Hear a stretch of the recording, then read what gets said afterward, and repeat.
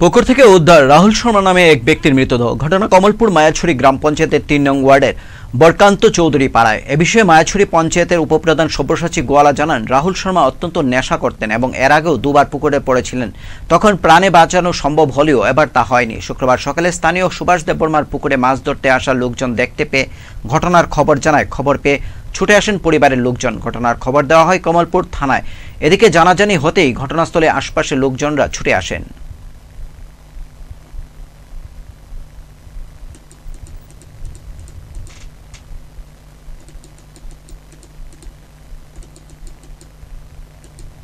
রাহুল শর্মা, ওনার বাড়ি মায়াছড়ি ৩ নম্বর ওয়ার্ডে।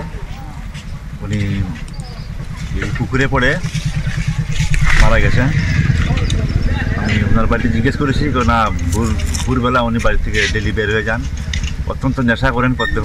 আগেও দুবার এই ধারে কাছে পুকুরে উনি পড়েছিলেন, তো পানি বাঁচছেন কোনো, কিন্তু গতকাল যে পুকুরে মারা গেছেন, সকালবেলা যারা মাছ ধরে এরা মাছ ধরতে দেখে যে একটা লোক পড়েছে, ওরা তুলছে।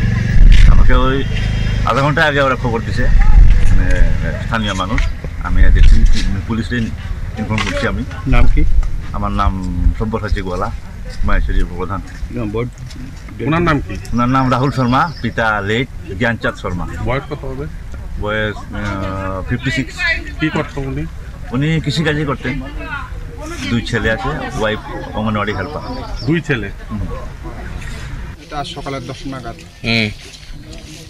কি জানলে? সকালে বাপ খায় তারা রেস্ট করতে আসলো। এমন টাইমে ওই পাশের বাড়ির যার পুকুর মাছ ধরতে আসলো।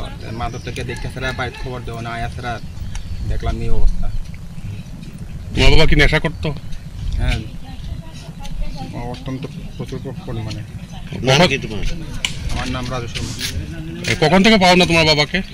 কাল দিনেই ছিল, সন্ধ্যা অবধি ছিল ঘরে। তারপরে রাতে কোন সময় বের হয়ে গেলো, তার রাতে নিয়ে বের না, ভোরবেলা তা তো ঠিক বলতে পারলাম না। ঠিক আছে। এমনি প্রতিদিন কি মানে বাড়িতে আসে রাতে? হ্যাঁ, আসে।